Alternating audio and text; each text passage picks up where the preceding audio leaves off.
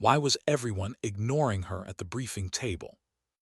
Lieutenant Norah Cade stood at attention near the back wall, her boots perfectly aligned against the painted line on the concrete floor.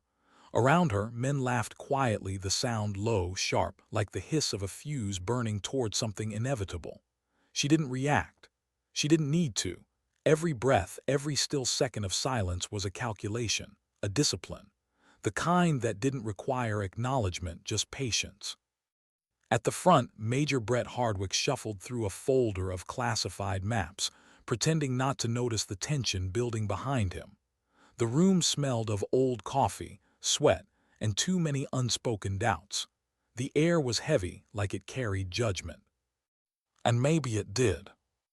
Operation Granite Shield, he began, his tone clipped, rehearsed. 72 hours until we launch. Extraction from hostile territory. No margin for error. No one moved. The hum of the overhead lights filled the silence. Hardwick's eyes lifted from the folder and swept the room, landing on Norah for half a second longer than he meant to. There it was, that look, the one that measured, categorized, dismissed, a glance that said you're not supposed to be here. Survival rate for this training cycle is 41% among operators with combat experience. He paused deliberately, emphasizing the last three words, as if she hadn't earned the right to hear them. Somewhere near the front, a voice whispered, "She'll be gone by Thursday." Two others chuckled, metallic laughter in a room built on concrete and pride. Norah kept her eyes fixed on the mission map. She didn't blink, didn't flinch. You learned in places most of these men would never go that silence was armor, that sometimes the best answer to doubt was endurance.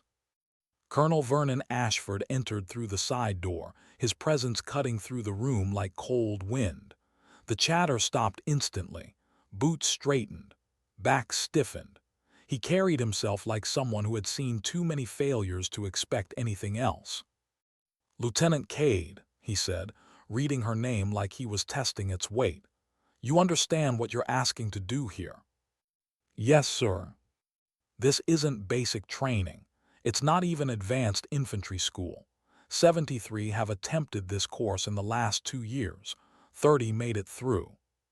He studied her face, searching for hesitation. There wasn't any. "We'll see," he said finally, turning back to the group. "First movement at 400, 12 miles, full combat load. Anyone not at the rally point in 30 minutes gets dropped. No exceptions." The command ended like a gavel, the kind of line that decided futures. As the operators began filing out, Major Hardwick approached, stopping close enough for her to smell the coffee on his breath. "Look, sweetheart," he said quietly, his voice smooth with condescension. "Nobody doubts your dedication, but dedication doesn't make up for a 100-pound difference when you're dragging a casualty under fire." He smiled, polite but sharp. "I've seen better men than you wash out of this program." He left without waiting for a response.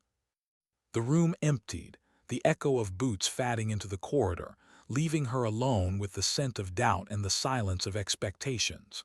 She stepped toward the front table. Laminated maps, mission routes, red markers, all the data of war laid bare. They'd already written her outcome in their heads. They'd done the math: weight, endurance, distance, gender. The equation said she'd fail, simple as that. She traced a finger along the terrain line on the map.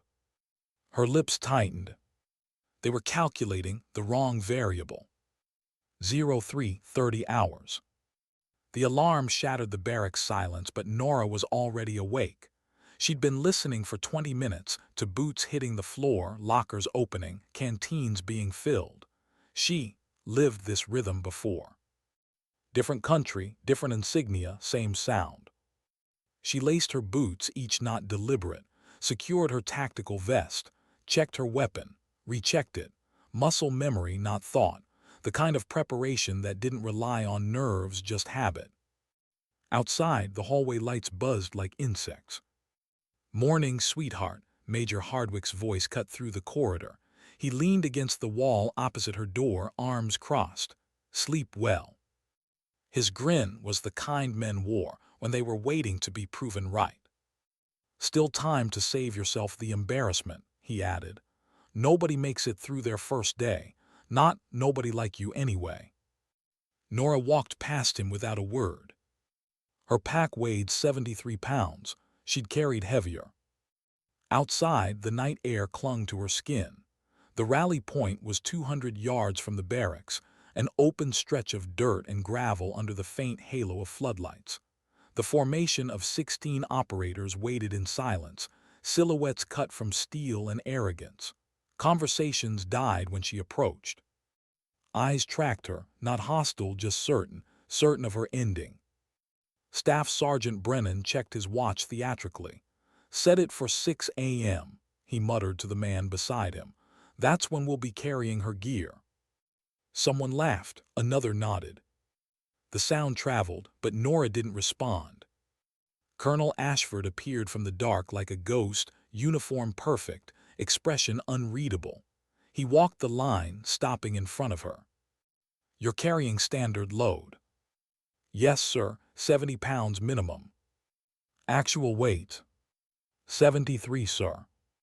A pause, a flicker of something behind his eyes. Maybe curiosity, maybe concern. "This terrain has broken experienced rangers. Night vision will help, but not enough." He waited, offering her a last chance to step out. She didn't take it. "Move out." The order cracked through the night. Boots struck ground in uneven rhythm. The first mile was chaos, bodies adjusting to weight, breath sinking with pace, lungs catching up to ambition. Norah took her place near the rear, not out of weakness but strategy. Let them underestimate the quiet one at the back. By mile 2, sweat stung her eyes. By mile 3, her legs found their rhythm, strong, mechanical, steady.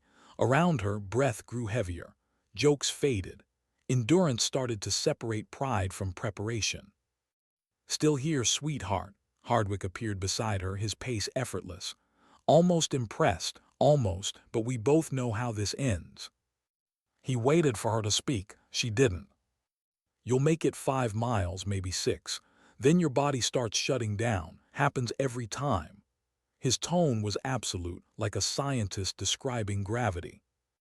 Norah focused on her breathing. 4 steps in, 4 out. Her silence frustrated him. He pushed harder. "Seen it before. People twice your size doesn't end pretty." She adjusted her stride slightly, didn't look at him. After 30 seconds, he gave up and pulled ahead. Sergeant Voss dropped back next.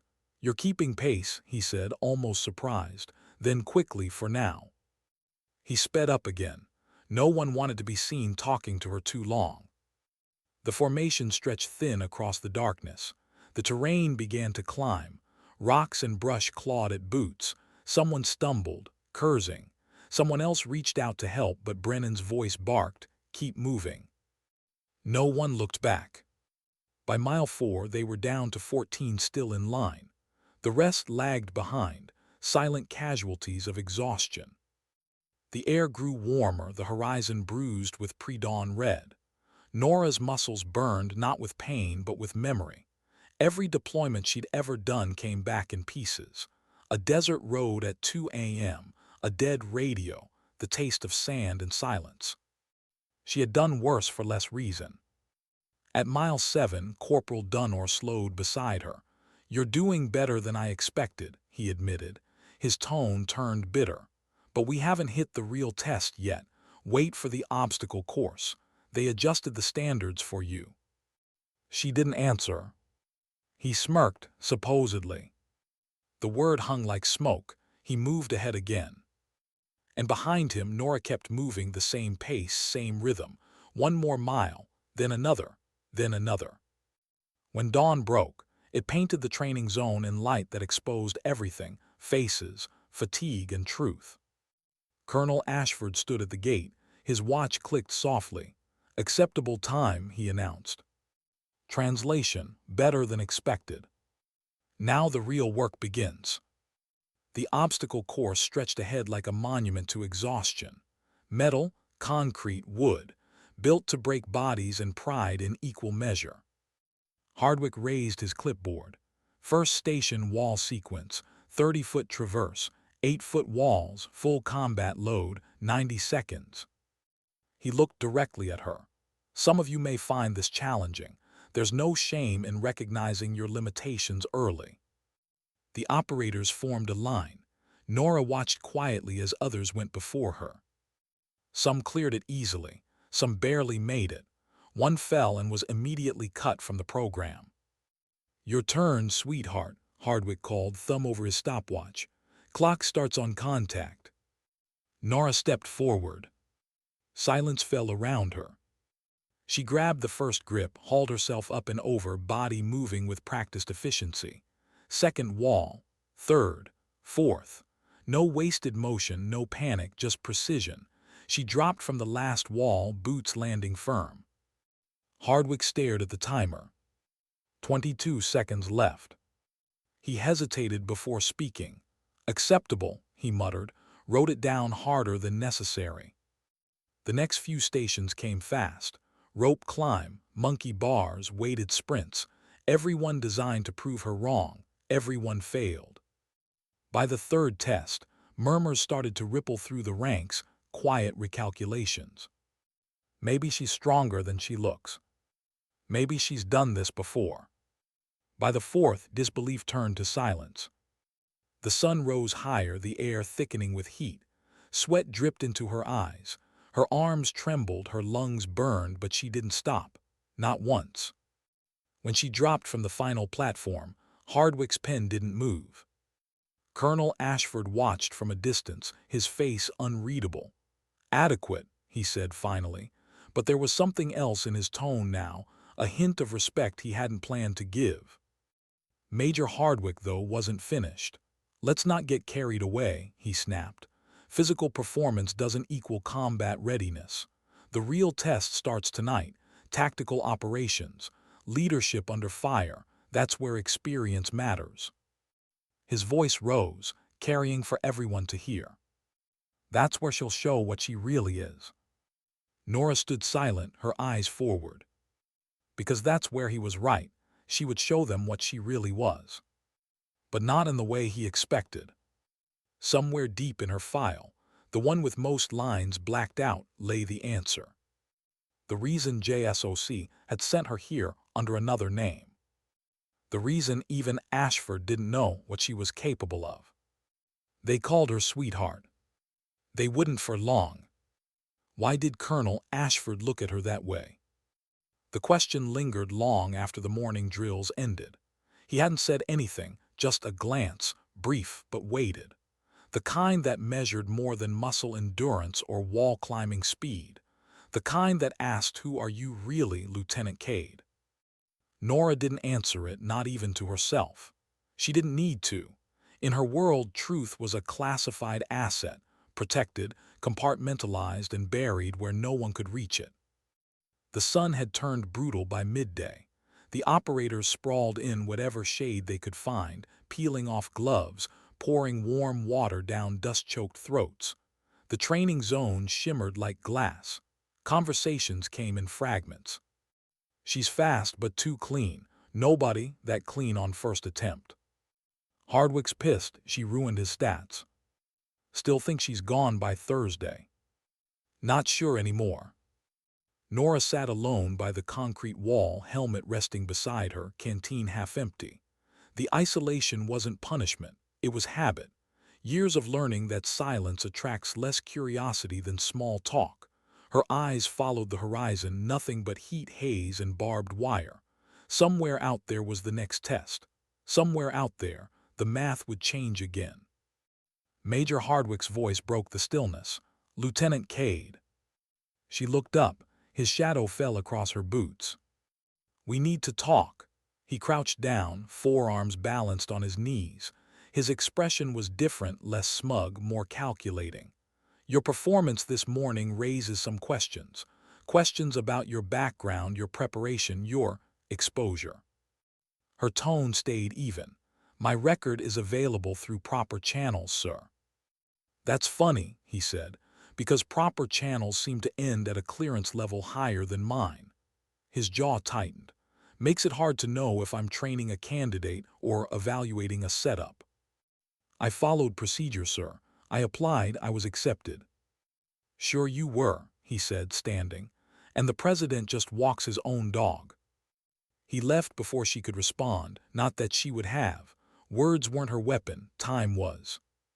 Across the yard, Colonel Ashford was speaking with a runner from the administrative office. The young lieutenant handed him a sealed envelope, then walked off. Ashford read its contents, folded the paper carefully, and looked up straight at Norah. For one heartbeat, his face was unreadable. Then, almost imperceptibly, something shifted behind his eyes. Understanding, maybe, or confirmation. He turned away.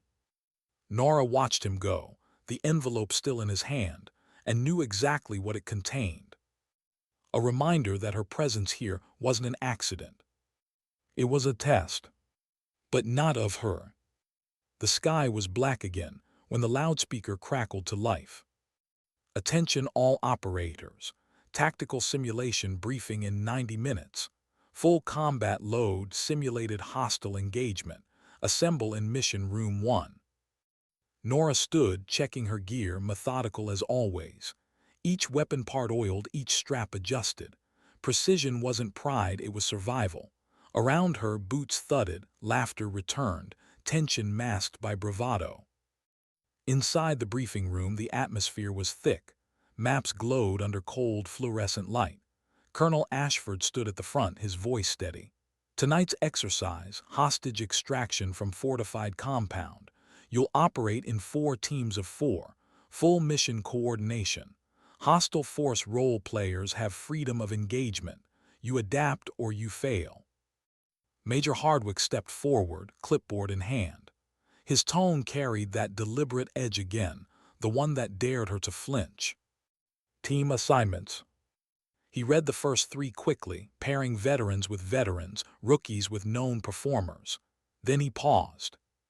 Team 4, Lieutenant Cade will lead. The room shifted. Heads turned. Brennan's brow furrowed. Dunnor's jaw clenched. Even Ashford looked at Hardwick briefly as if to confirm he'd read it correctly. Team members, Hardwick continued. Staff Sergeant Brennan, Corporal Dunnor, Sergeant Voss. He set the clipboard down. You'll follow Lieutenant Cade's tactical decisions. Brennan spoke before he could stop himself. Sir, with respect, team leadership usually goes to the senior operator. It does, Hardwick replied calmly. And tonight it goes to Lieutenant Cade. Orders stand. The silence that followed was heavy, not just disbelief, but offense. To them, it wasn't just a command structure. It was hierarchy, trust, tradition. And now they were being asked to follow someone who'd spent all day proving them wrong. Ashford's voice broke the tension. Mission parameters are clear. You succeed as a unit or fail as one. No retries, no excuses. Norah watched the tactical display. A compound with 3 entry vectors. North and east routes heavily defended. South side less fortified but fully exposed. A kill zone with nowhere to hide. That was their route. Of course it was. When the briefing ended, the teams scattered to their staging areas. Team 4 lingered by their vehicle, the distance between them measured not in steps, but in trust that didn't exist. Brennan leaned over the hood, pointing to the map. We need to establish something before we step off, he said. Lives are on the line, if you've never led a real op. I have, Norah interrupted softly. Where, Dunnor challenged, because your file is classified above your clearance, she said evenly. That's not arrogance, it's protocol. The silence that followed was brittle. Then she unfolded the map, tracing their route with one gloved finger. We're assigned the south vector, it's the most exposed. Everyone else will move faster, they'll draw fire. We move slower. We use terrain depressions here and here. Controlled movement, not a sprint. Too cautious, Brennan muttered. Hostage could be dead before we cross half that ground. In real combat, Norah said, meeting his eyes, Dead rescuers don't save anyone. Voss studied the map quietly, his expression thoughtful. She's not wrong. If the North teams hit hard, enemy attention will shift. We move slow, we move invisible. Assuming we're lucky, Dunor said. Assuming we're good, Norah corrected. Hardwick's voice came from behind them. This your plan, sweetheart. Crawl your way to glory. Her hand froze over the map. The word hit the dirt like a dropped shell casing. Sweetheart, again, even now. Yes, sir, she said without looking up. Crawling beats bleeding. Something in her tone made him pause. He didn't respond. 15 minutes, he said finally, walking away. When his footsteps faded, Brennan exhaled. Well, guess we're doing this. Norah secured the map, clipped her rifle, and looked at them. We step off in 10. Check your comms, check your hearts. We move as one. They exchanged glances, reluctant but ready. The kind of ready that war teaches you to fake until it becomes real. Night swallowed the world. Through their goggles, everything turned shades of green and black. The compound loomed in the distance, silent, waiting. Team 4 moved. Slow, deliberate, purposeful. Each step was measured, each breath controlled. Gravel shifted under boots, whispering secrets to the dark. Overhead, stars vanished behind low clouds, perfect cover. Radio chatter crackled softly in their ears. Team 1 engaging at Objective Alpha. Team 2 in contact, taking fire east perimeter. Gunfire echoed faintly across the valley. Flashbangs pulsed like distant lightning. The chaos was working exactly as she'd predicted. Norah raised a fist. Halt. They froze, sinking into shadows carved by terrain dips. She scanned through her scope.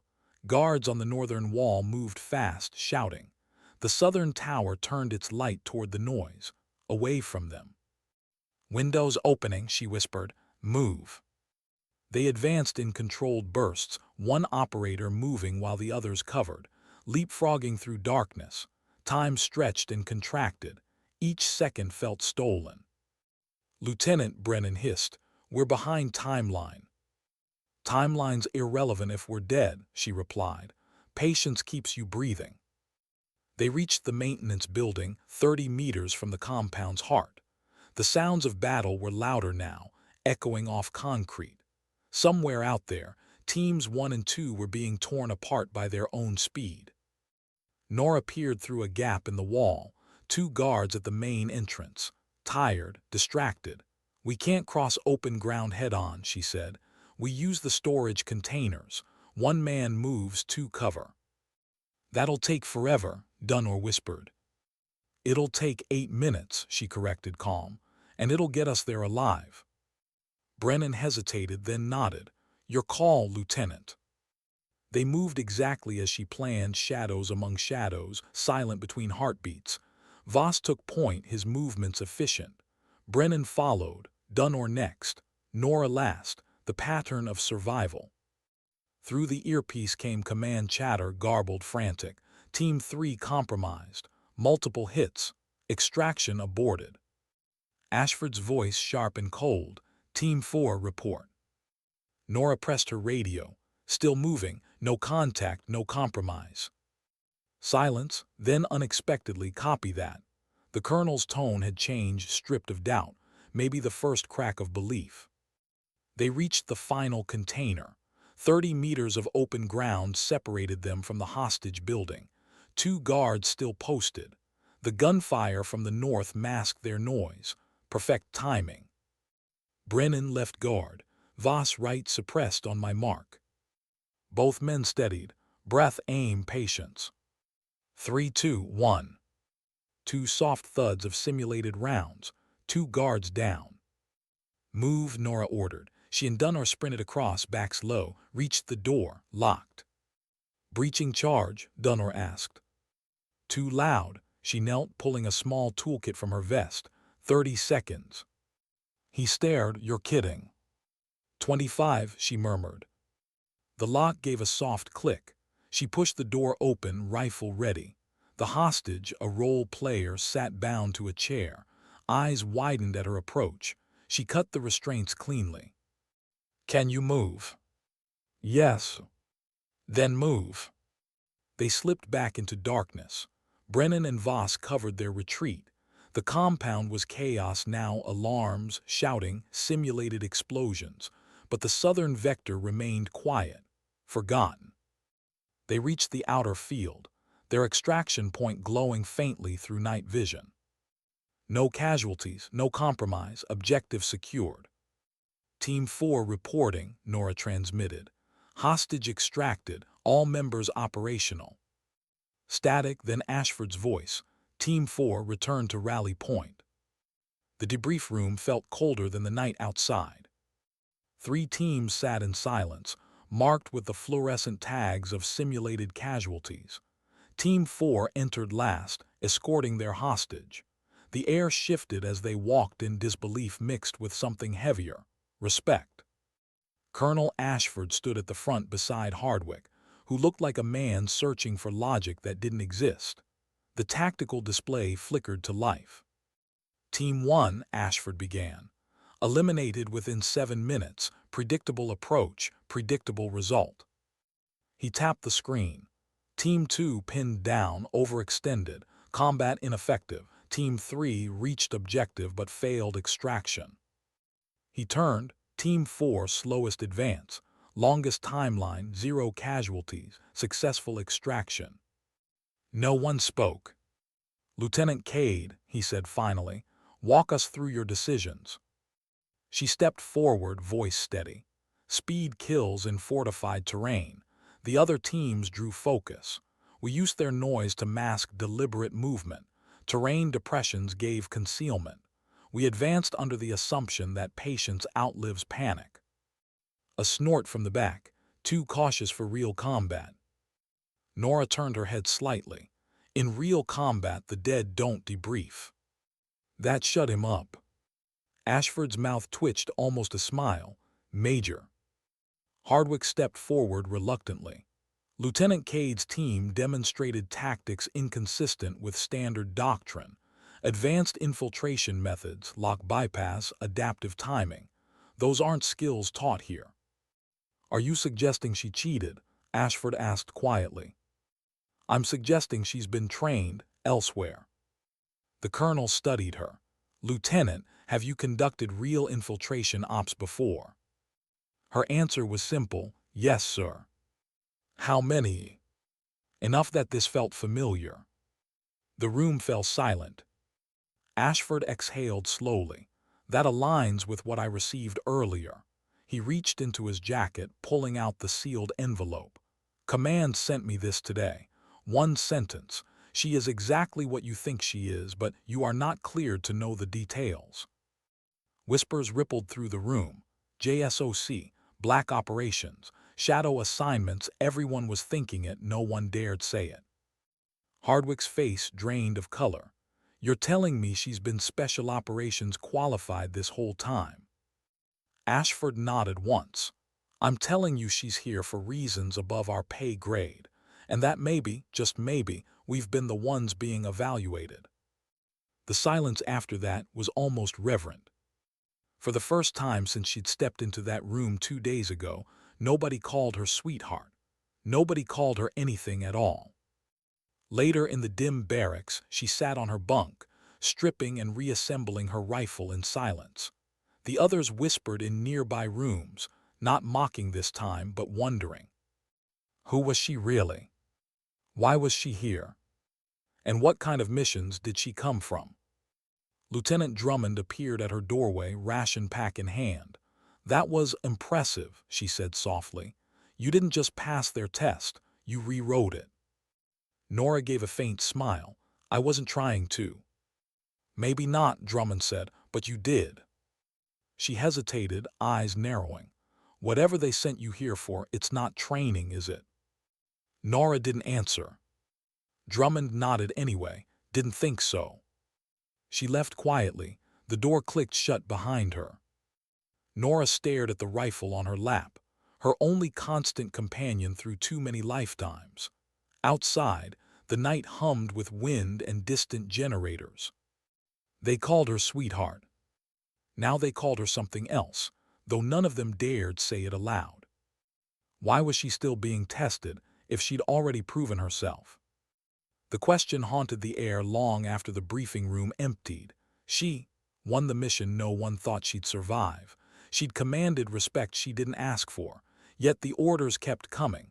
Harder drills, harsher conditions, like someone somewhere wasn't convinced yet. Norah Cade didn't mind. The harder it got, the quieter she became. Challenge for her was a kind of language, one she spoke fluently when others lost their voice. The desert training ground was unrecognizable now. A storm had rolled in overnight wind clawing the horizon into pale spirals. Visibility barely 30 feet. Perfect conditions for confusion and for truth. At 600, the operators assembled again, their faces lined with fatigue and something else, awareness. No one made jokes this time. The laughter that once mocked her had turned into silence heavy with caution. Even Major Hardwick spoke less, as if every word near her cost him something he couldn't afford. Colonel Ashford arrived late, boots coated in red dust. New orders from command, he announced. Phase 4 evaluation, advanced tactical endurance. 48 hours. Continuous operation.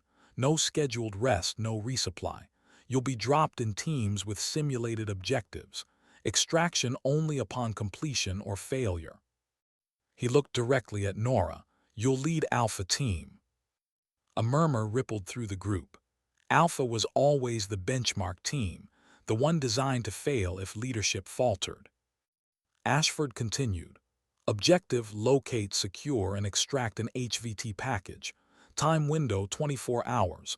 The environment dynamic. Rules: you adapt or you vanish. The colonel's tone was steady, but his eyes betrayed curiosity. He wanted to see how far her precision could stretch before it broke. Questions? Hardwick raised his hand too fast.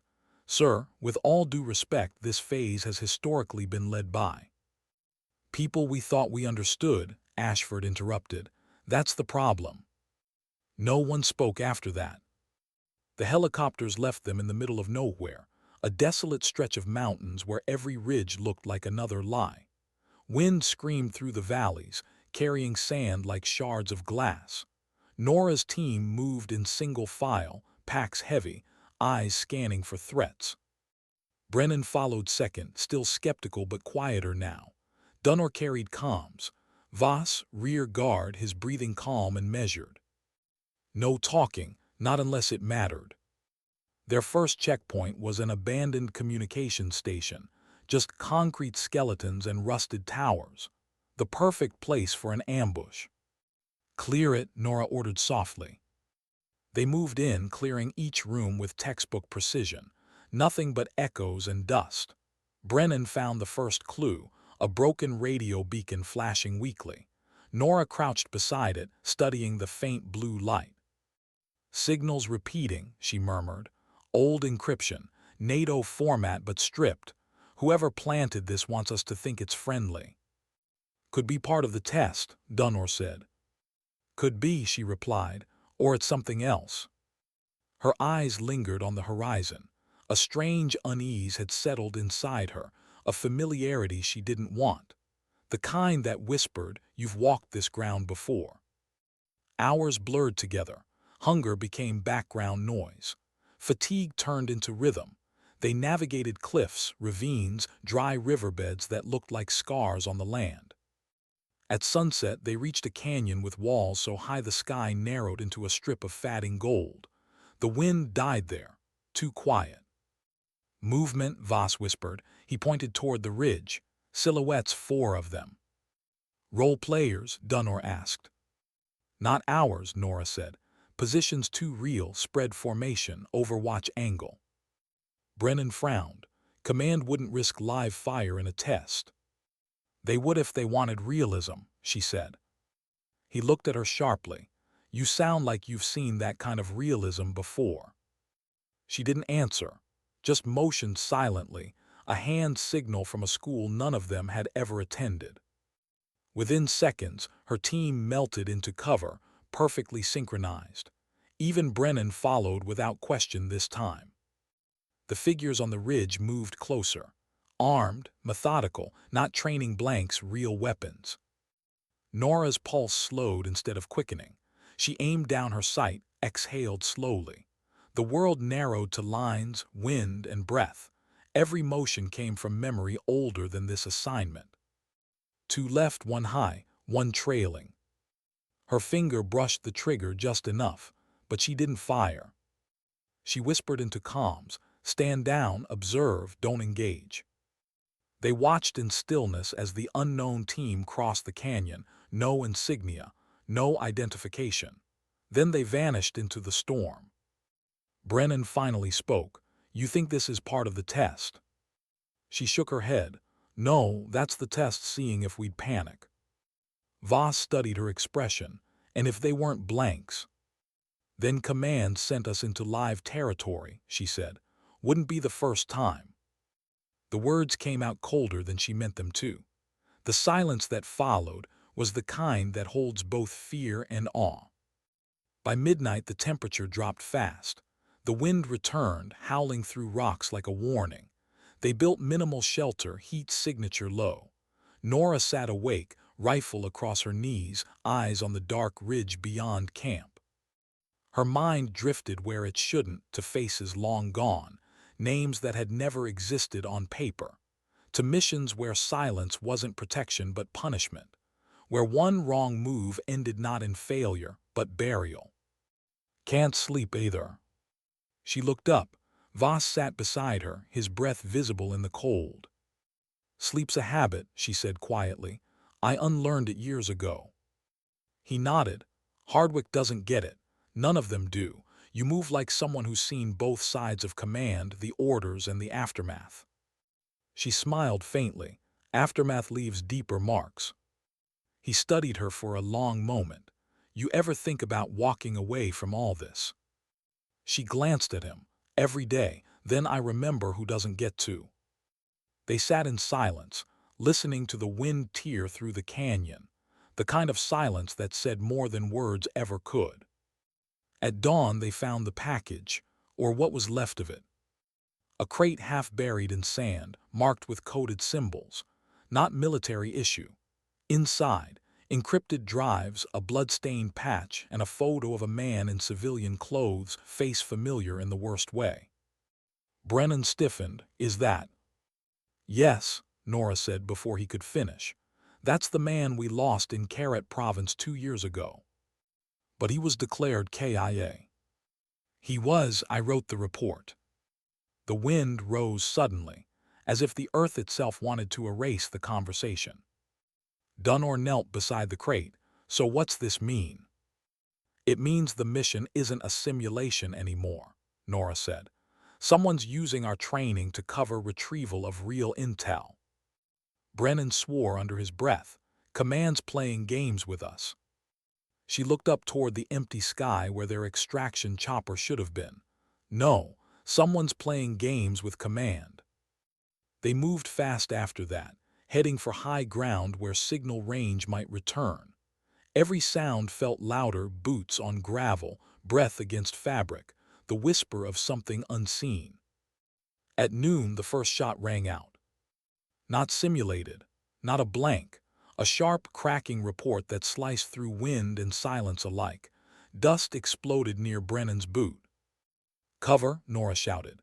They dropped behind a ridge, returning suppressive fire toward the unseen shooter. "Direction," Voss called.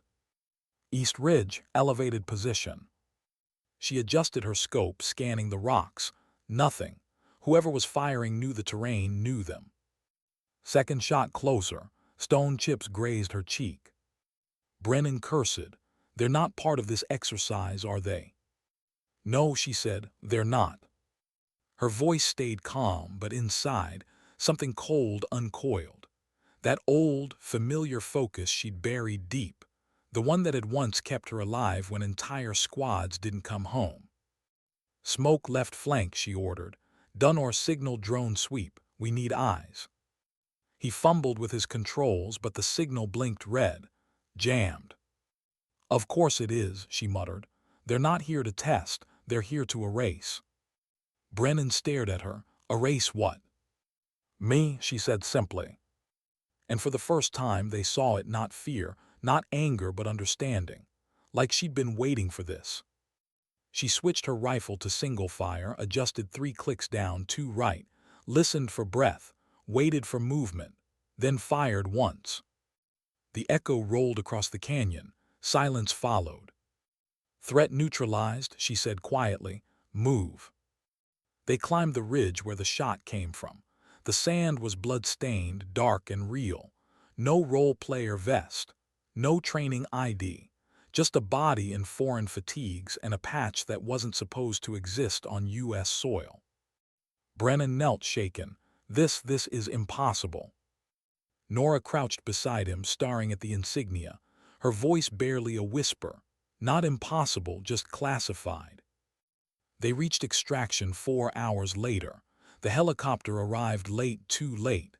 The pilot didn't speak a word, didn't look at them. Back at base, everything felt off. No debrief. No officers waiting. Just an empty landing zone and Hardwick's voice echoing from the hangar. Lieutenant Cade, he said, walking toward her, expression unreadable. Colonel Ashford requests you in the command office, alone. She nodded, handed her rifle to the quartermaster and walked. Inside, Ashford stood at his desk, hands clasped behind him. The envelope from before lay open. Another file beside it, thicker, stamped with black bars of redaction. Sit, he said quietly. She didn't. He exhaled. What happened out there? Someone fired on us, she said. Not simulated, real ammunition, real intent. I know, he said. We tracked the signal. No authorization, no affiliation. The shooter's ID matches a mercenary from a defunct private task group. They were dismantled 3 years ago. Except they weren't, Norah said softly. Ashford looked at her, really looked. You knew. She hesitated. I suspected they were part of something I used to be part of. The colonel leaned forward. What are you telling me, Lieutenant? That this test was never about qualification. It was about exposure.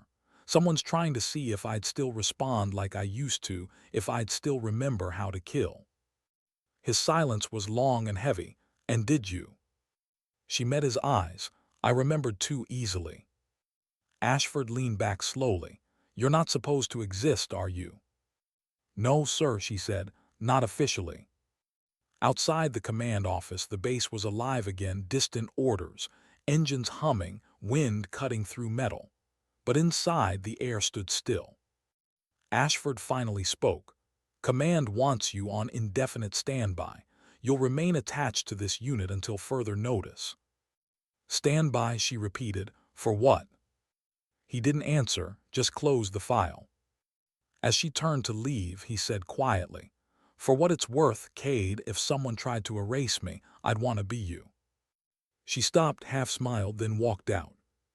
Outside, the world felt too bright again, too open. Her team waited by the barracks. Brennan stepped forward. They debrief you. Not exactly, she said. He frowned. What now? Now, she said softly, eyes drifting to the horizon. We wait and we listen because this isn't over.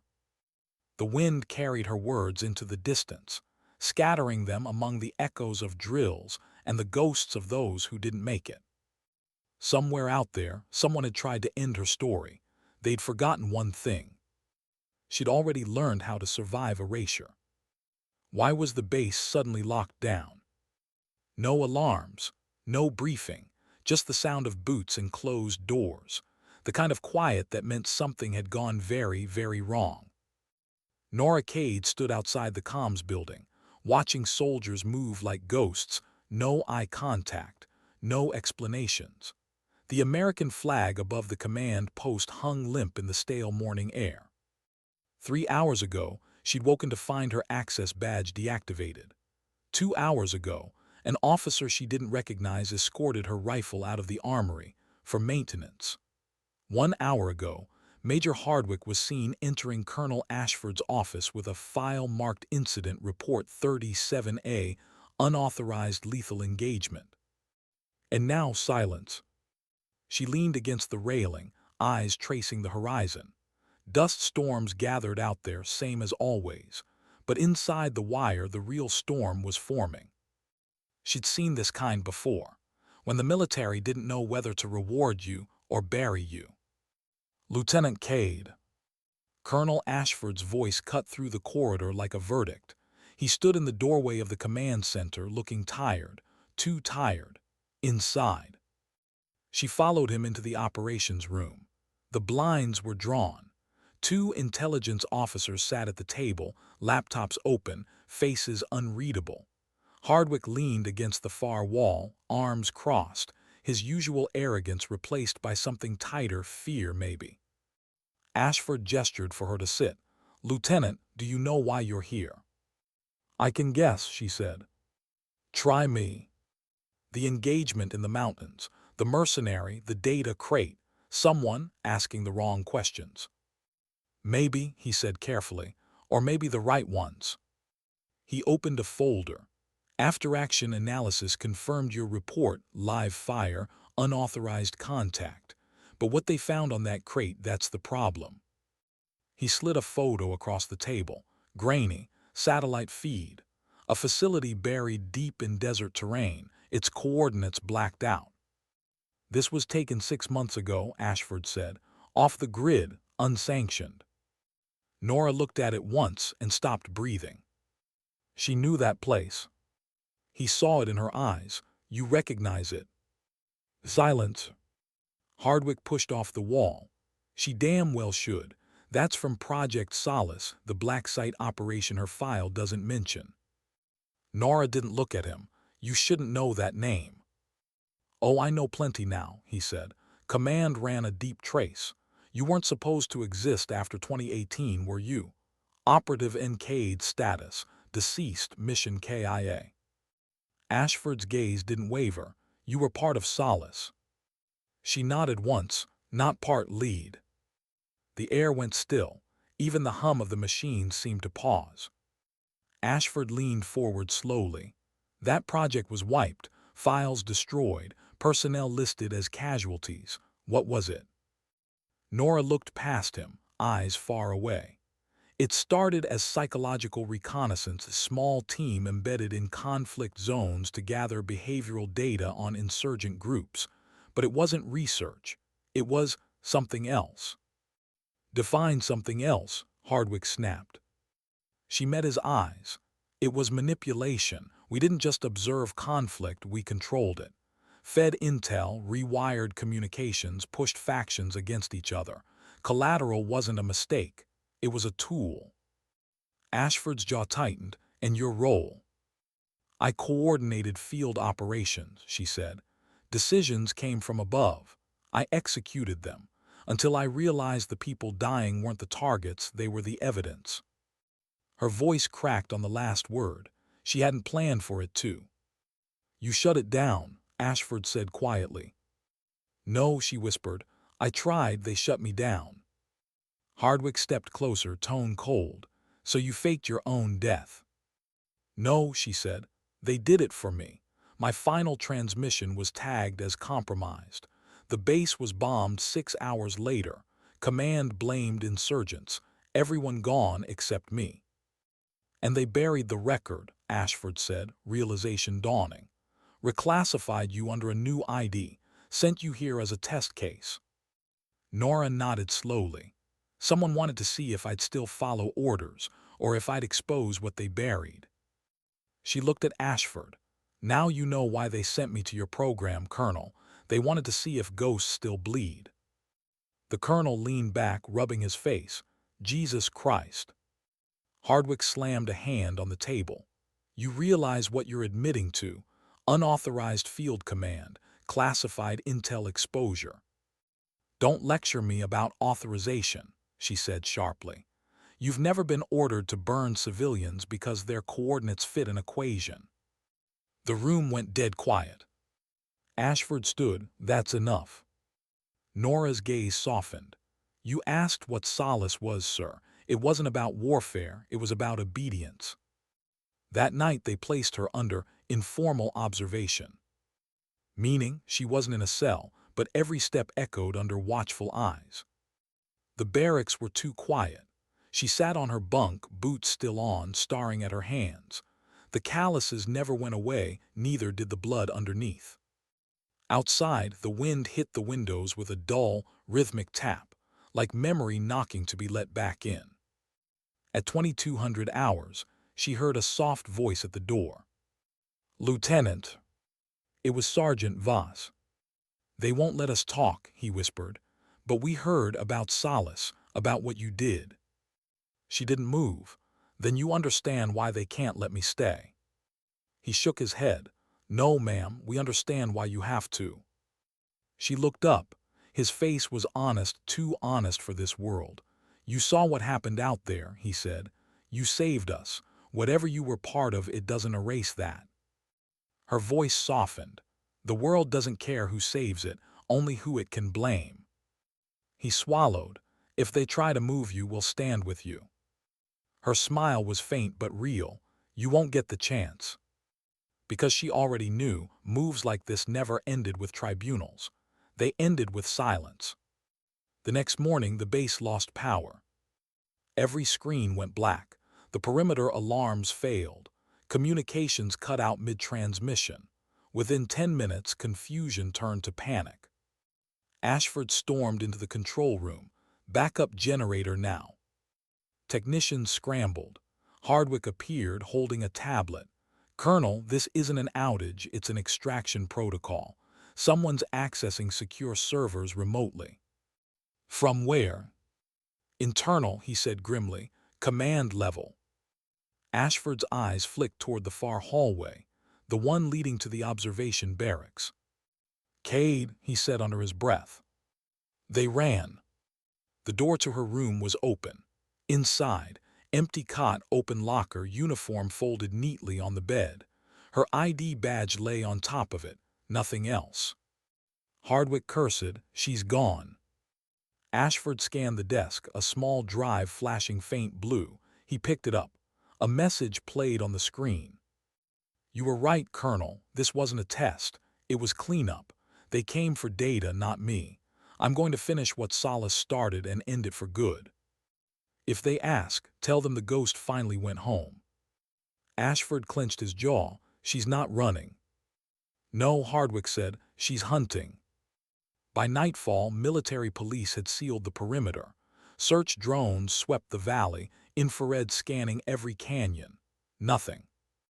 But 300 miles south, a lone vehicle crossed an abandoned road under moonlight. Dust followed it like smoke. Inside, Norah Cade drove without headlights, eyes fixed on the horizon. The coordinates she'd extracted from that crate burned in her mind. She knew where they led, the ruins of Solace Base, the same place Command swore no longer existed. She stopped just before dawn, stepping out into silence that felt ancient. The air was colder here, the kind of cold that remembered. The facility was still there, buried under layers of sand and denial. Concrete cracked by years of wind, antennas broken like bones, but the smell, she could still smell it. The oil, the gunpowder, the ghosts. She walked through the entrance. Her footsteps echoed down halls that once buzzed with orders. Now only whispers, her whispers. In the command room, a single terminal blinked low power, running on a forgotten battery. She connected the drive. The screen came alive with code, flickering through security clearances, layers of forgotten lies. Project Solace, Phase 1, Phase 2, casualty reports, field tests, then Phase 3. Her hand trembled as she opened it. It wasn't about insurgent data.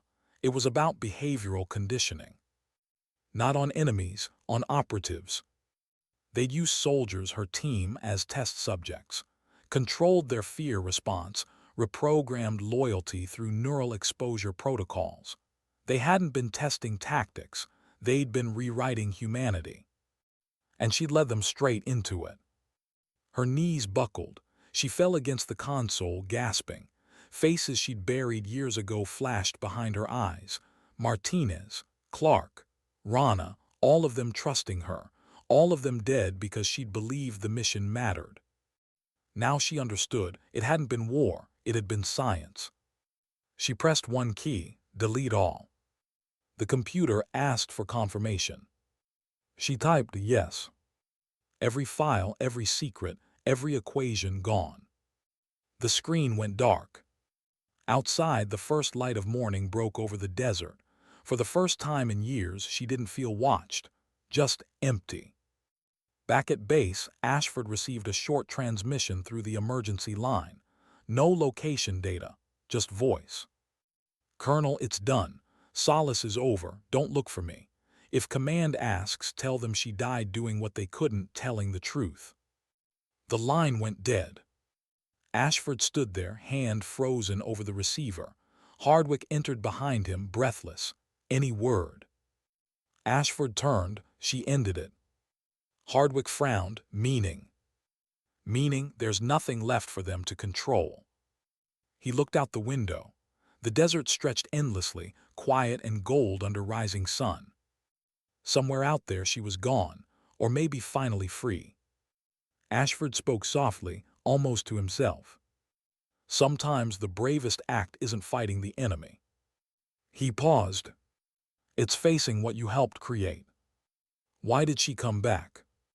2 weeks had passed since the blackout, since every trace of her identity evaporated into rumor and dust. The official report listed Lieutenant Norah Cade as missing, presumed dead.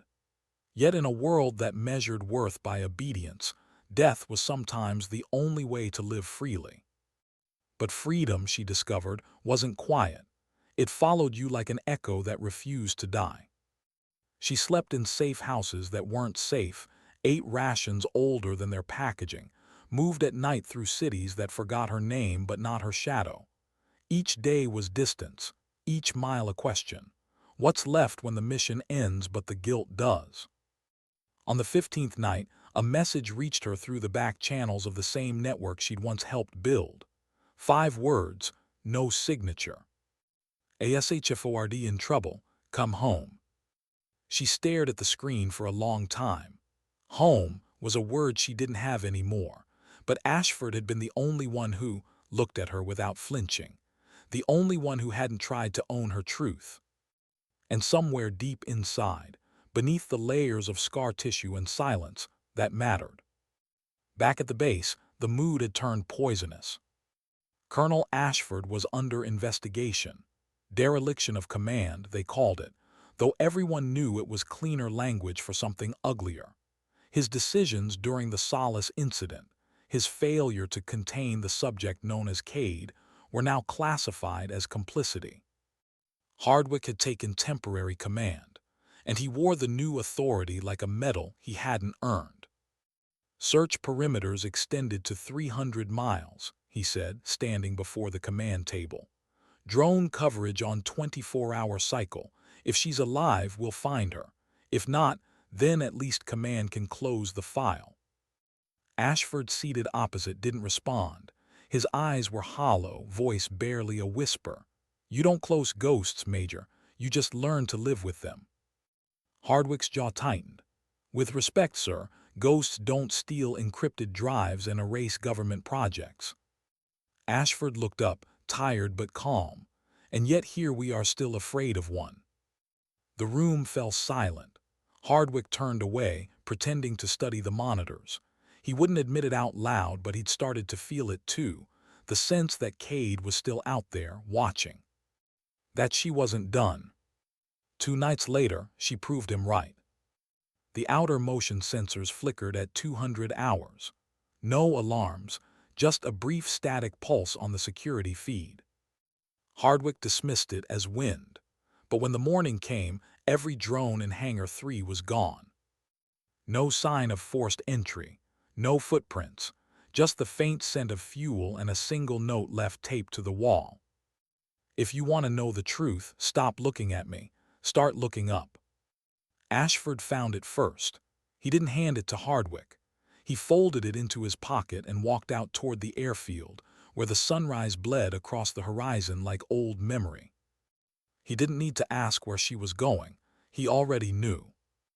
300 miles north, Norah sat inside a stolen recon drone, now converted into a makeshift control hub. Screens glowed softly around her. Satellite feeds, encrypted channels, classified transmissions. She could see them all. The military called this airspace dead zone. She called it confession. Through the feeds she watched the same people who'd written her obituary still trying to erase the pieces she'd left behind. She saw command centers deleting files, moving funds, rerouting drones to salvage operations that looked a lot like cover-ups. They weren't chasing her to kill her. They were chasing her to bury the truth again. She leaned closer to the screen, zooming in on one transmission. Solace reinstatement proposal, Operation Rebirth. Her stomach turned. They weren't done experimenting. A voice behind her broke the silence. I figured I'd find you in the clouds. She spun, pistol drawn, but stopped when she saw him. Ashford stood in the doorway of the hangar, wind tugging at his jacket. How he'd found her, she didn't know. Maybe she'd wanted to be found. Colonel, her voice softened, you shouldn't be here. Neither should you. He stepped closer, eyes taking in the mess of screens. You realize what this means. They're rebuilding it. I know, she said, and this time they'll hide it deeper. Different name, same sickness. He nodded slowly. Then why show yourself now? Because they'll need a scapegoat before they start again. Someone to blame for the first version falling apart. Hardwick, he said immediately. He's the perfect volunteer. She hesitated. No, they'll make it look like you helped me. Ashford smiled faintly, tiredly. Maybe I did. For the first time in months, she almost laughed. Almost. They spent the next hours piecing together fragments of transmissions, coordinates, documents scraped from data caches that shouldn't have existed. Each file painted the same story. Solace too. New leadership. New human trials. Different flags, same lies. Where's the new site? Ashford asked. She pointed at the map. Eastern Plateau. Old mining facility near Sadar Range, disguised as a humanitarian logistics hub. He frowned. That's in active conflict territory. Perfect place to hide sins, she murmured. He looked at her then, not as a superior, not even as a soldier, but as someone trying to understand the cost of survival. You really plan to go back there? I'm not going back, she said. I'm finishing it. The assault wasn't cinematic, it wasn't glorious, it was quiet. A stolen convoy. 3 operators she trusted, Voss, Drummond, and a medic named Ellis who owed her his life. They moved at dusk, blending into the stream of relief trucks headed toward the plateau. The checkpoint guards never looked twice. They were expecting supplies. They got ghosts. Inside the facility, the air smelled too clean. New paint, new machines, old purpose. They moved down corridors lined with digital locks. Norah's hand shook only once, when she passed a room marked Phase 1, Neural Compliance. She remembered that door, remembered screams behind it. Drummond whispered, "Ma'am, you good?" Norah nodded, "Keep moving." They reached the central server core. It pulsed with quiet energy, a heartbeat of deception. She inserted the drive, the same one she'd stolen weeks before, and started the transfer.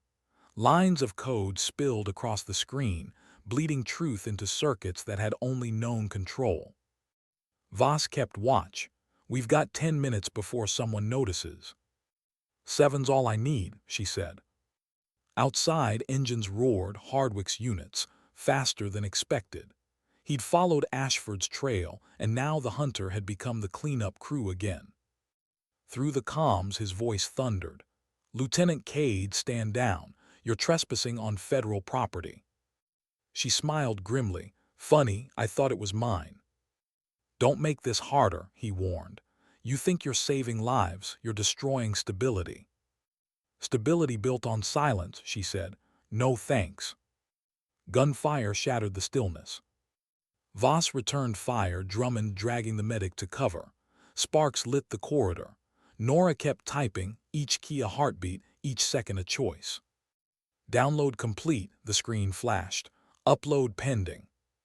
She pulled the cable, shoved the drive into her vest and turned to the team. Out the west exit. Go. What about you? Drummond asked. I'll buy time. No way. That's in order. They hesitated, then moved. She waited until their footsteps faded before stepping back to the terminal. She wasn't uploading to command now, she was broadcasting live. To journalists, to watchdogs, to every encrypted channel that had ever whispered her name. If they wanted truth buried, she'd make it impossible to hide. Hardwick's men broke through the door. She fired once, twice, non-lethal rounds enough to drive them back. Lieutenant Cade, Hardwick's voice echoed through the smoke. You think anyone will believe you? You're a ghost, a dead operative. They erased you because you were broken. She lowered her weapon slowly. Maybe, but even broken glass still cuts. She hit send. The server lights flared, then died. Across the world, screens flickered alive, documents spilling into public domains faster than anyone could stop them. Names, projects, proof. It was over. They captured her anyway. No fight left, no resistance, just calm. She was flown back to the same base she'd once trained in, the one where they'd called her sweetheart. Only this time there was no mockery, only fear. Hardwick tried to interrogate her for 6 hours. She said nothing, not a word. When Ashford finally entered, she looked up and smiled. You made it. He nodded. They're burning everything, trying to contain the leak. Can't, she whispered. It's everywhere now. He sat across from her. They'll court-martial you. Maybe, she said, or maybe they'll finally listen. He shook his head. You think truth survives paperwork? No, she said softly, but sometimes it survives in people. 3 days later, command summoned Ashford to headquarters. Officially, he was reinstated. Unofficially, he was warned, never mention Cade again. He never did, but every year on the same date, he drove out to the edge of the desert where the old Solace facility once stood, left a single dog tag on the cracked ground, watched the wind bury it slowly. No one ever found Norah again. Some said she escaped. Others said she died in custody. Ashford believed neither. He believed she'd simply walked away into the horizon, where rules couldn't reach and orders couldn't twist what was left of her humanity. Because sometimes survival isn't about living. It's about choosing how not to die. Somewhere far from the noise of command and consequence, a woman sat beneath a nameless sky, radio crackling softly beside her. On the airwaves came fragments of news, leaked files, government denials, investigations reopened. She smiled faintly, not triumph, just relief. The world would move on. It always did. But for once it would move with its eyes open. And when the wind shifted, carrying the scent of dust and rain, she whispered to no one. Sometimes dignity doesn't speak. It simply acts. Why did the world suddenly start whispering her name again? Not loud, not in headlines, just in the quiet places between them, in the pauses of news anchors who didn't dare say what they'd read. Someone somewhere had leaked the truth. Project Solace, human conditioning, war experiments dressed as defense initiatives. For a few days the planet blinked. Then, as always, it looked away. Norah Cade watched it happen from a motel on the edge of nowhere, the flicker of the TV washing her face in pale light. Every broadcast told a different version of what she'd done. Whistleblower, traitor, savior. 3 words for one action, and not one of them fit. She switched the screen off. The silence felt heavier than the noise. Outside, trucks rumbled down a forgotten highway. Dust trailed after them like ghosts trying to keep up. She sat by the window, coffee gone cold, rifle disassembled on the table. Her hands were steady, but her thoughts weren't. Freedom, she was learning, came with an aftertaste, the kind you couldn't rinse away. Back at command, the storm had found new victims. Major Hardwick's office was stripped bare by internal affairs, his rank suspended pending investigation. He stood at the window as two MPs removed his credentials. "I told them we had her contained," he muttered. Colonel Ashford watched quietly. "Containment isn't victory, Major. It's fear with better lighting." Hardwick turned face pale. "She ruined everything." "No," Ashford said. "She showed it for what it was."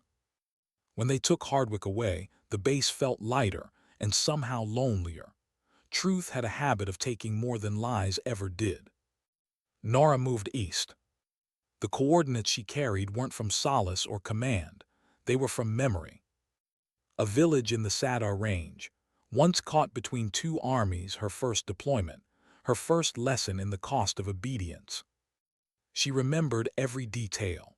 The well at the center, the school built from tin and hope, the family who'd given her water when her convoy broke down. And she remembered the airstrike that followed. Wrong coordinates, her coordinates. Now she needed to see what was left. The drive took 3 days. She slept in the truck, ate ration bars, spoke to no one. On the third night, the road turned to gravel, then to dirt.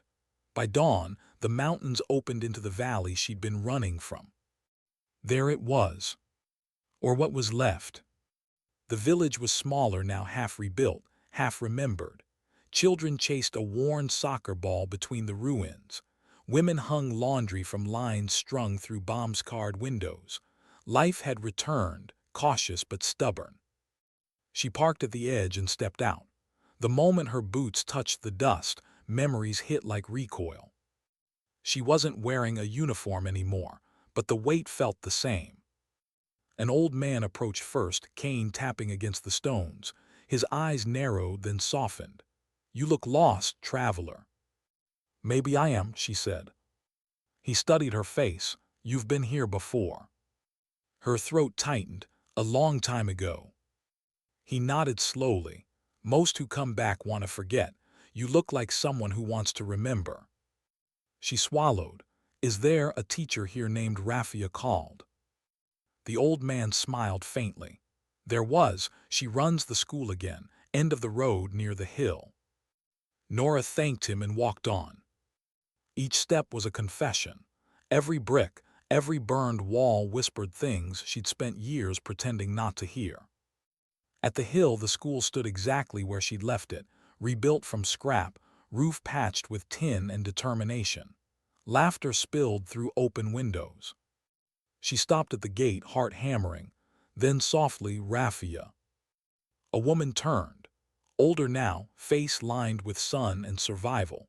Her eyes widened, recognition flickering, then settling into something neither anger nor forgiveness. "You came back," Rafiya said. Norah nodded. "I wasn't sure I should." Rafiya walked closer. "People rarely are when ghosts visit." They sat beneath the shade of a half-dead tree. Children's voices drifted in the distance. Norah told her everything about solace, the lies, the silence, the guilt. She didn't justify it. She just laid it down like a weapon she was tired of carrying. When she finished, Rafiya was quiet for a long time. Then she said, "You can't rebuild the dead, but you can teach the living what not to become." "I don't know how," Norah whispered. Rafiya smiled gently. "Then start by staying." Weeks passed. The soldiers stopped searching. The world found new scandals. Norah stayed, helped fix the well, taught the children how to read maps, real ones, the kind that led to places instead of targets. Some nights she'd climb the hill and look toward the horizon, where the sky met everything she used to be.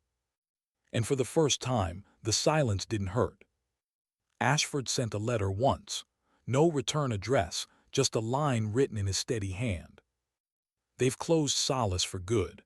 Hardwick's gone. The rest are pretending they never knew. I told them I never did either. I hope that was the right lie."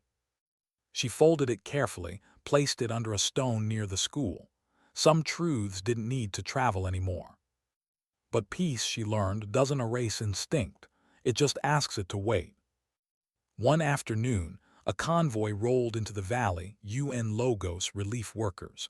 She helped unload boxes, her face hidden under a scarf. Then she heard it, a voice too familiar, too impossible. "Didn't think I'd find you this far out, sweetheart." She froze, turned slowly. Major Hardwick stood there, thinner, older but alive, and smiling the way men smile when they've already decided how the story ends.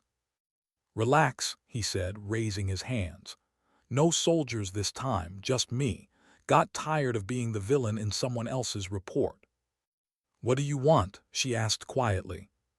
"Closure," he said, "and maybe to remind you that ghosts don't stay buried." Rafiya stepped out of the school, sensing danger. Norah motioned for her to go inside. Hardwick watched, amused. "You really think you can disappear into kindness? They'll always find you.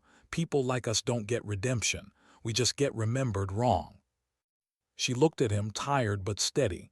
"Maybe that's enough." He smirked. "You still think you won?" "No," she said. "I just stopped losing." He reached into his jacket. For a heartbeat she thought it was a weapon. It was. He pulled out a flash drive. Insurance. The files they missed. Names, money trails. You can burn them, expose them, whatever you need to sleep. "Why give it to me?" she asked. "Because I can't carry it anymore." He hesitated. "And because I finally understand why you did what you did." He handed it over and turned away. No threats, no goodbyes. Just a man walking back into the dust. She watched him go until the horizon swallowed him whole. That night she sat alone in the schoolroom, the flash drive resting beside a lantern. One more truth, one more weight. Rafiya entered quietly. "You're leaving again." Norah nodded. "Someone has to finish it." Rafiya placed a hand on her shoulder. "Promise me something.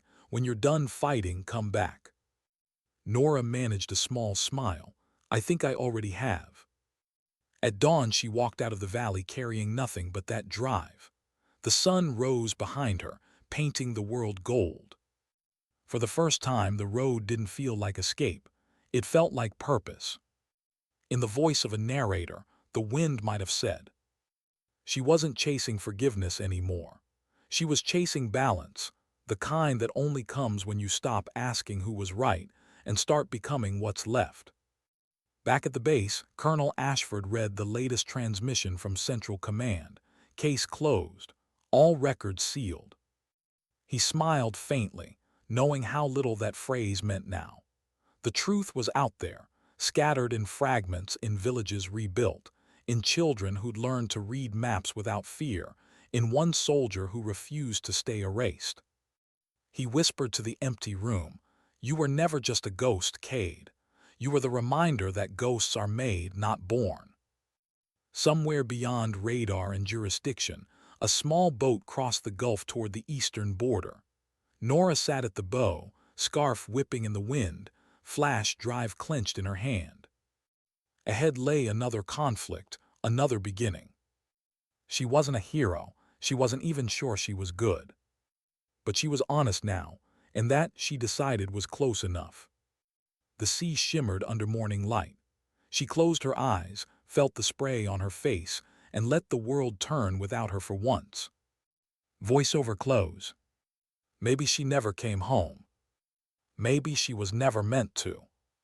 Some people don't belong to peace or war. They belong to the space in between, where truth costs everything but buys you back your name. And somewhere out there, the woman they called sweetheart keeps walking, not to prove anyone wrong, but to make sure no one forgets what being right really costs. Why did the sea feel so familiar? Maybe because it never judged, just erased. Every wave that broke seemed to whisper the same thing she'd spent years trying to believe. You did what you could. Norah Cade stood at the edge of the cargo deck, wind tearing through her scarf. The horizon stretched wide and endless, an open wound of light. The flash drive she'd taken from Hardwick was still in her hand. She could destroy it now, let it sink to the bottom of the world. But she hadn't yet. Not until she knew the people in those files had stopped hiding behind other names. Behind her, the freighter's engines hummed low. Crewmen moved like shadows, polite enough not to ask questions. To them, she was just another drifter moving east, one more refugee from someone else's war. She liked that story. It sounded almost peaceful. When the ship docked in Qatar City, the heat hit like a hammer. The air smelled of diesel and ocean rot. Markets crowded the pier, colors, voices, music, all layered in chaos. She walked among them unnoticed, eyes scanning for a signal she didn't want to see but expected anyway. At the 3rd Street corner, she saw it. A white envelope taped to a rusted light pole, marked only with a single word: Echo. Her old call sign. She pulled it down, opened it. Inside, coordinates, a message scribbled beneath them. Final remnant, Solace fragment active, civilians at risk, you'll know what to do. No name, no signature, but she knew the handwriting. Ashford. The coordinates led inland, dry plains that bled into mountains. The drive took 2 days. She traveled under false ID, sleeping in abandoned stations, eating only when the engine coughed for fuel. The destination wasn't a base this time. It was a refugee camp, tents and medical trucks scattered around a valley. Children played among dust and plastic water jugs. Aid workers moved with the weary rhythm of people who'd seen too much. It didn't make sense until she saw the tower on the ridge, brand new, out of place, bristling with antennas. She stopped the truck, watching it through binoculars. Her stomach turned cold. The emblem painted on its side wasn't military. It was corporate, a division that hadn't existed the last time she looked. Solace reborn, privatized, renamed.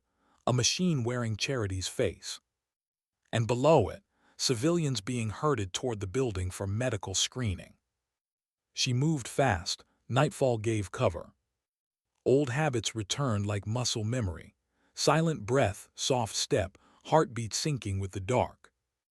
Inside the tower, the halls smelled of sterilizer and secrets. She passed rooms filled with humming servers, flickering monitors. Scientists whispered about response conditioning, behavioral calibration, mass deployment. It wasn't research anymore, it was rollout. She found the main control room and froze. On one of the screens, a familiar face appeared, Major Hardwick. Alive again somehow, but not the same.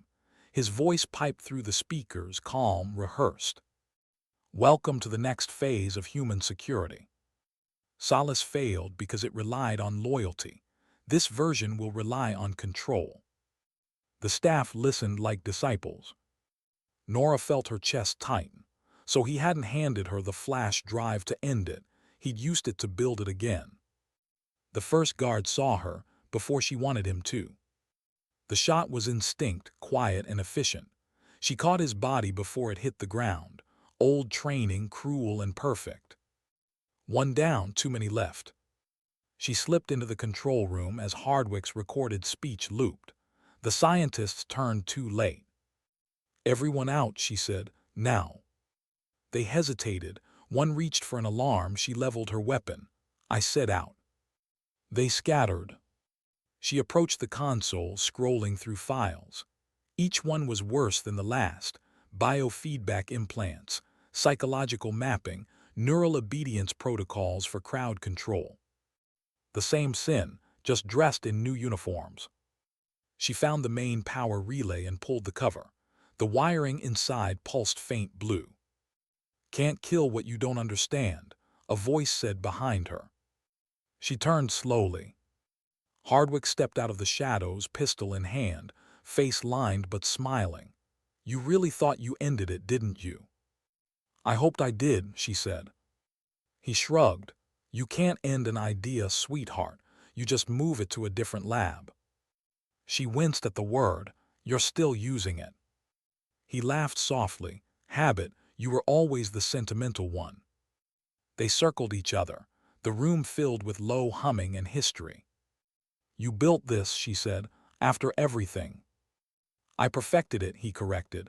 No soldiers this time, no guns, just compliance, peace through predictability. That's not peace, she said. That's quiet fear. Better than chaos, he replied. Better than the world that chewed us up. She shook her head. You never understood. We were supposed to learn from what we broke. He raised his pistol. I did learn. I learned that mercy loses wars. Her voice steadied. And you lost your soul trying to win them. He smirked. Still think you can save people, Cade? Go ahead, pull that plug. The surge will ignite the coolant line and torch everyone in this building, including the civilians outside. She glanced at the schematic. He wasn't bluffing. A failsafe wired into compassion. You built your trap well, she said quietly. I built it for you, he admitted, because I knew you'd come. She stared at him for a long moment, the air between them filled with everything they hadn't said. Then she lowered her weapon. You're right, I came back for this. He hesitated. For what? Revenge? No, she said, for forgiveness. She took a slow step forward. You wanted control, I wanted redemption. Maybe we were both wrong. He frowned. Don't.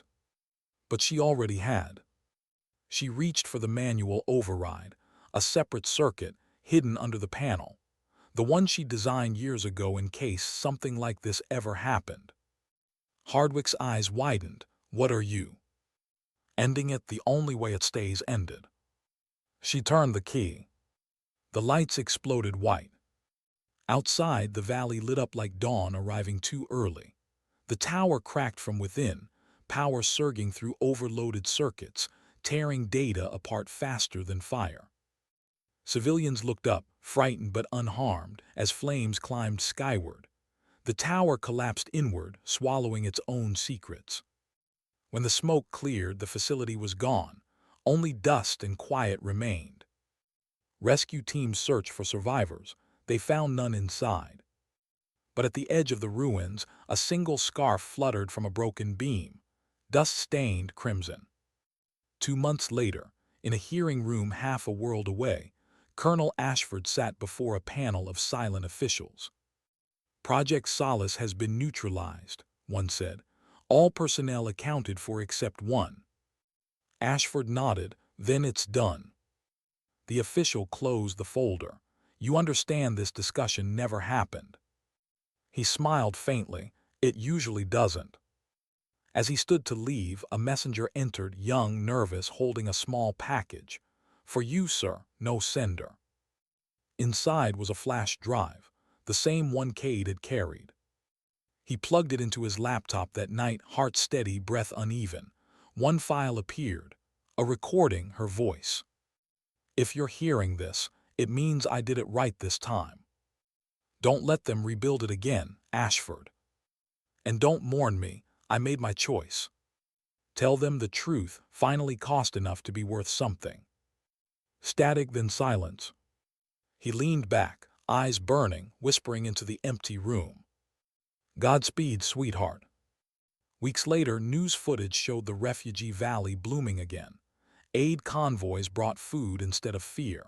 Children played where the tower had stood. The wind carried dust, laughter, and nothing else. Among them, Rafiya Khaled taught her students about maps, not of battlefields but of stars. And when a child asked about the scarf on the school wall, she smiled. She was someone who taught the world how to listen again. Some say Norah Cade died in that explosion. Others swear she walked out before it fell. No one can prove either. But sometimes, at night, soldiers stationed along the eastern ridge report hearing a voice on the old frequencies, static threaded with calm words. You don't erase people by erasing their mistakes. You learn from them. The signal fades before they can respond. Always the same message, always the same voice. Voiceover finale. She began as a whisper in a room full of orders. She ended as a lesson written in fire and wind. They called her sweetheart to belittle her. But history would remember her by another name. The soldier who refused to stay silent. Because in the end, dignity doesn't need applause. Forgiveness doesn't need witnesses.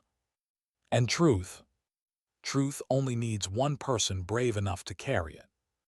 Into the light.